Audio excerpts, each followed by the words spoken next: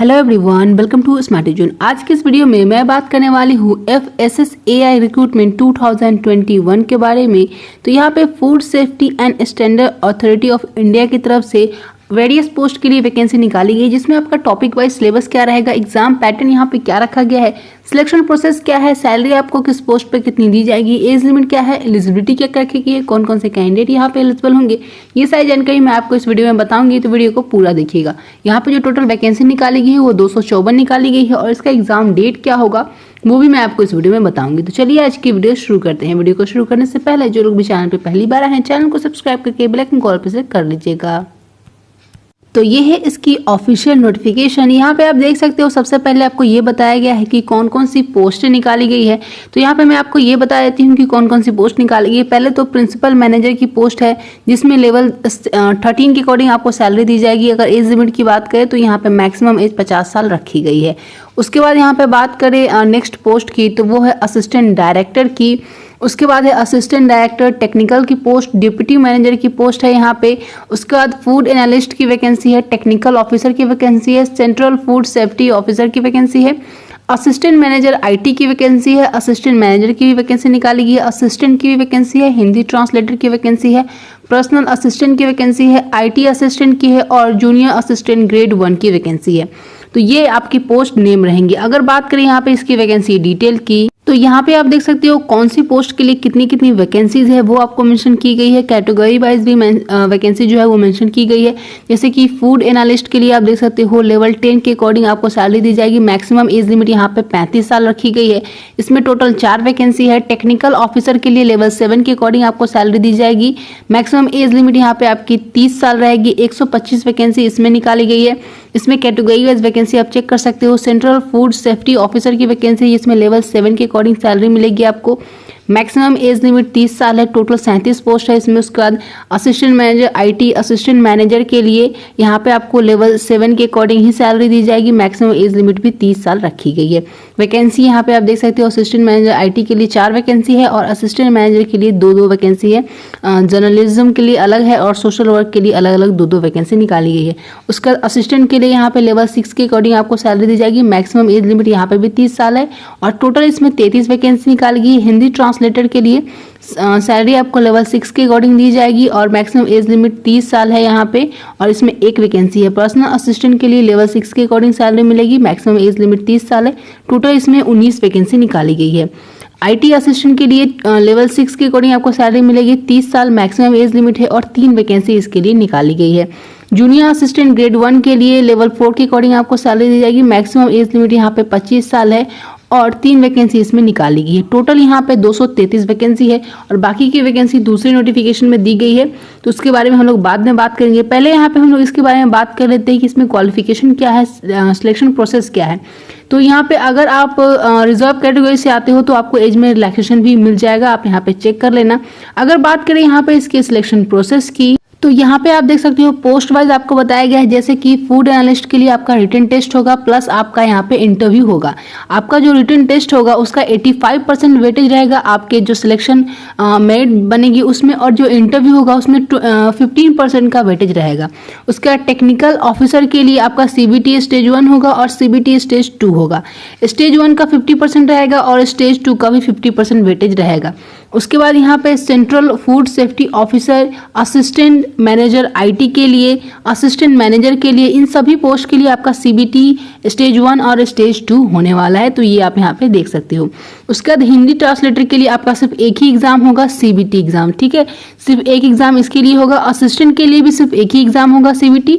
Personal assistant के लिए आपका CBT होगा प्लस यहाँ पे proficiency in short hand and typing आपका होगा। तो पर्सनल असिस्टेंट में आपका टाइपिंग होगा, शॉर्ट हैंड होगा, ठीक है। उसके बाद यहाँ पे जूनियर असिस्टेंट ग्रेड 1 के लिए और आईटी असिस्टेंट के लिए, दोनों के लिए ही CBT आपका सिर्फ होगा। तो ये आपके यहाँ पे सिलेक्शन प्रोसेस रहेंगे। अगर बात करें हम लोग इसके टॉपिक वाइज सिलेबस की, तो यहाँ पे आप देख सकती हो ये जो सिलेबस की PDF है वो इनकी ऑफिशियल वेबसाइट से मैंने डाउनलोड किया है, जो कि प्रीवियस ईयर में वैकेंसी निकाली गई थी उसके अकॉर्डिंग है। तो असिस्टेंट डायरेक्टर टेक्निकल के लिए यहाँ पे कौन कौन से टॉपिक्स आपसे पूछे जाएंगे, क्या क्या सब्जेक्ट रहेगा, उसका आप यहाँ पे स्क्रीनशॉट ले सकते हो, या फिर आप चाहो तो आप इसका पीडीएफ भी डाउनलोड कर सकते हो। इस पीडीएफ में जितने भी पोस्ट हैं आपके सभी पोस्ट के टॉपिक वाइज सिलेबस आपको दिए गए हैं, कौन कौन से सब्जेक्ट आपको पढ़ने हैं, यहाँ पे जो आपका एग्जाम होगा वो ऑफलाइन होगा या ऑनलाइन होगा, ये सारी चीजें आपको मेंशन करी गई है। तो इस पीडीएफ को डाउनलोड करने के लिए आप हमारा टेलीग्राम चैनल ज्वाइन कर लो। टेलीग्राम चैनल ज्वाइन करने का लिंक आपको डिस्क्रिप्शन बॉक्स में मिल जाएगा, वहां से आप इस पीडीएफ को डाउनलोड कर पाओगे। तो आप यहाँ पे चेक कर लेना कौन सी पोस्ट के लिए क्या क्या आपका सिलेबस रहेगा, टॉपिक वाइज सिलेबस बताए गए हैं, और कौन से टॉपिक से कितने क्वेश्चंस आएंगे, कितने मार्क्स के आएंगे, वो भी आपको इस पीडीएफ में मेंशन किया गया है। अगर यहाँ पे हम लोग बात कर ले इसके एजुकेशन क्वालिफिकेशन और वर्क एक्सपीरियंस की, तो यहाँ पे आप देख सकते हो, एक तो आपको एसेंशियल क्वालिफिकेशन बताया गया है, दूसरा यहाँ पे डिजायरेबल है।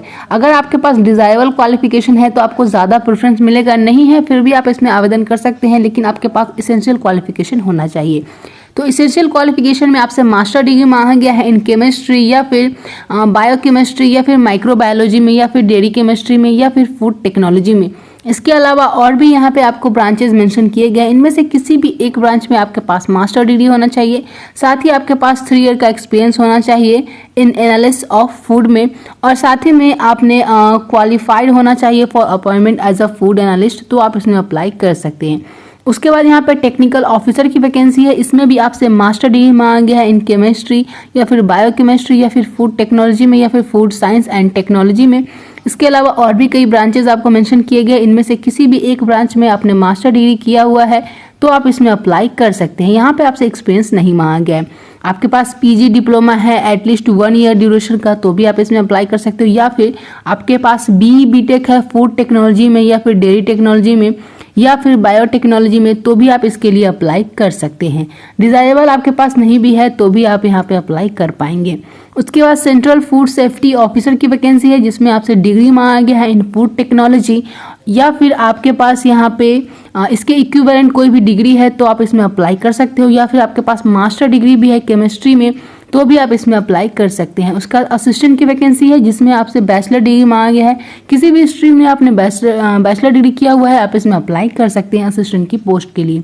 उसके बाद जूनियर असिस्टेंट ग्रेड 1 की पोस्ट है, जिसमें आपसे 12th मांगा गया है। अगर आपने 12th किया हुआ है तो आप इसके लिए अप्लाई कर सकते हैं। उसके बाद हिंदी ट्रांसलेटर की वैकेंसी है, जिसमें आपसे मास्टर डिग्री मांगा गया। अगर आपने मास्टर डिग्री किया हुआ है in Hindi with English as a compulsory और इलेक्टिव सब्जेक्ट तो आप इसमें अप्लाई कर सकते हैं। मास्टर डिग्री के साथ साथ इसमें आपके पास डिप्लोमा होना चाहिए और Hindi to English and vice versa 2 year experience आपके पास होना चाहिए ट्रांसलेशन का, तो आप इसमें अप्लाई कर सकते हैं। उसके बाद पर्सनल असिस्टेंट की वैकेंसी है, जिसमें आपसे बैचलर डिग्री मांगा गया है। बैचलर डिग्री विथ आपकी जो प्रोफिशेंसी है शॉर्ट हैंड वो 80 वर्ड पर मिनट होनी चाहिए, और टाइपिंग यहाँ पे 40 वर्ड पर मिनट इंग्लिश में होनी चाहिए, और हिंदी में 35 वर्ड पर मिनट आपकी होनी चाहिए, तो आप इसमें अप्लाई कर सकते हैं। उसका लिखा गया है should be computer literate and proficiency in using MS office and internet. आपको यहाँ पे जो MS ऑफिस है और इंटरनेट है वो भी चलाना आना चाहिए। इसके साथ साथ असिस्टेंट मैनेजर की वैकेंसी है, जिसमें आपसे BTech या फिर MTech मांगा गया। अगर आपने BTech किया हुआ है, MTech किया हुआ है कंप्यूटर साइंस से, या फिर MCA किया हुआ है, उसके या फिर बैचलर डिग्री किया हुआ है, इनमें से किसी भी रिलेवेंट फील्ड में, और साथ ही में आपके पास 5 ईयर का एक्सपीरियंस है तो आप इसमें अप्लाई कर पाओगे। उसके बाद IT असिस्टेंट की वैकेंसी है, इसमें आपसे बैचलर डिग्री मांगे है एटलीस्ट 1 ईयर PG डिप्लोमा, और या फिर आपके पास डिग्री इन कंप्यूटर एप्लीकेशन होना चाहिए तो आप इसमें अप्लाई कर सकते हो, या फिर बैचलर डिग्री होना चाहिए कंप्यूटर एप्लीकेशन में तो आप इसमें अप्लाई कर पाओगे। असिस्टेंट मैनेजर की वैकेंसी है, जिसमें क्वालिफिकेशन आपसे पोस्ट ग्रेजुएशन मांगा गया है और डिप्लोमा मांगा गया है, फुल टाइम कोर्स होना चाहिए ये। उसके बाद जो ग्रुप A की पोस्ट है उसमें कोई क्वालिफिकेशन मांगा गया है वो मैं आप लोगों को बताया। तो यहाँ पे असिस्टेंट डायरेक्टर की वैकेंसी है, यहाँ पे असिस्टेंट डायरेक्टर टेक्निकल की वैकेंसी है और डिप्टी मैनेजर की वैकेंसी, टोटल यहाँ पे 21 वैकेंसी है। अगर हम लोग क्वालिफिकेशन की बात करें तो इसमें आपसे बैचलर डिग्री मांगा गया है और साथ ही में 6 ईयर का एक्सपीरियंस आपसे मांगा गया है। बैचलर डिग्री के साथ साथ यहाँ पे आपके पास 6 साल का एक्सपीरियंस होना चाहिए, और बैचलर डिग्री आपके हैंडलिंग एडमिनिस्ट्रेटर में या फिर फाइनेंस में या फिर ह्यूमन रिसोर्स डेवलपमेंट में होना चाहिए तो आप इसमें अप्लाई कर सकते हो। और डिज़ायरेबल में आपसे MBA मांगा गया है, या फिर आपके पास लॉ डिग्री होना चाहिए 3 ईयर के एक्सपीरियंस के साथ, तो आप इसमें अप्लाई कर सकते हैं। उसके बाद अदर क्वालिफिकेशन भी आपको मेंशन किया गया है। उसके बाद असिस्टेंट डायरेक्टर टेक्निकल के लिए आपसे मास्टर डिग्री मांगा गया है इन केमिस्ट्री या फिर बायोकेमिस्ट्री में या फिर फूड टेक्नोलॉजी में, तो आप इसमें अप्लाई कर पाओगे। या फिर आपके पास PG डिप्लोमा होना चाहिए एटलीस्ट 1 ईयर ड्यूरेशन वाला फूड सेफ्टी में, या फिर आपके पास BTech होना चाहिए फूड टेक्नोलॉजी या फिर डेयरी टेक्नोलॉजी में, तो आप इस पोस्ट के लिए अप्लाई कर सकते हैं। नेक्स्ट जो पोस्ट है वो डिप्टी मैनेजर के लिए है, जिसमें आपसे पोस्ट ग्रेजुएशन डिग्री और डिप्लोमा मांगा गया है फुल टाइम कोर्स जर्नलिज्म या फिर मास कम्युनिकेशन या फिर पब्लिक रिलेशन में, या फिर MBA आपके पास होना चाहिए मार्केटिंग में, तो आप इसमें अप्लाई कर सकते हैं। साथ में 6 ईयर का एक्सपीरियंस मांगा गया है। तो ये ग्रुप A की पोस्ट के लिए क्वालिफिकेशन रहेगा। अगर इसके सिलेक्शन प्रोसेस की बात करें तो इसमें सिलेक्शन प्रोसेस की हम लोग बात करें तो असिस्टेंट डायरेक्टर के लिए और असिस्टेंट डायरेक्टर टेक्निकल और डिप्टी मैनेजर के लिए आपका CBT स्टेज 1 होगा, प्लस आपका CBT स्टेज 2 होगा, प्लस यहाँ पे आपका इंटरव्यू होगा। स्टेज 1 का जो वेटेज रहेगा वो 50% रहेगा, स्टेज 2 का वेटेज 35% और इंटरव्यू का वेटेज जो है वो 50% रहेगा आपके फाइनल मेरिट में। तो ये आपकी सिलेक्शन प्रोसेस रहेगी। अगर इसके टॉपिक वाइज सिलेबस की हम लोग बात करें तो इसका टॉपिक वाइज सिलेबस उसी PDF में भी अवेलेबल है जो मैंने आप लोगों को दिखाई है थोड़ी देर पहले, आप उसी में इसका सिलेबस देख सकते हो टॉपिक वाइज।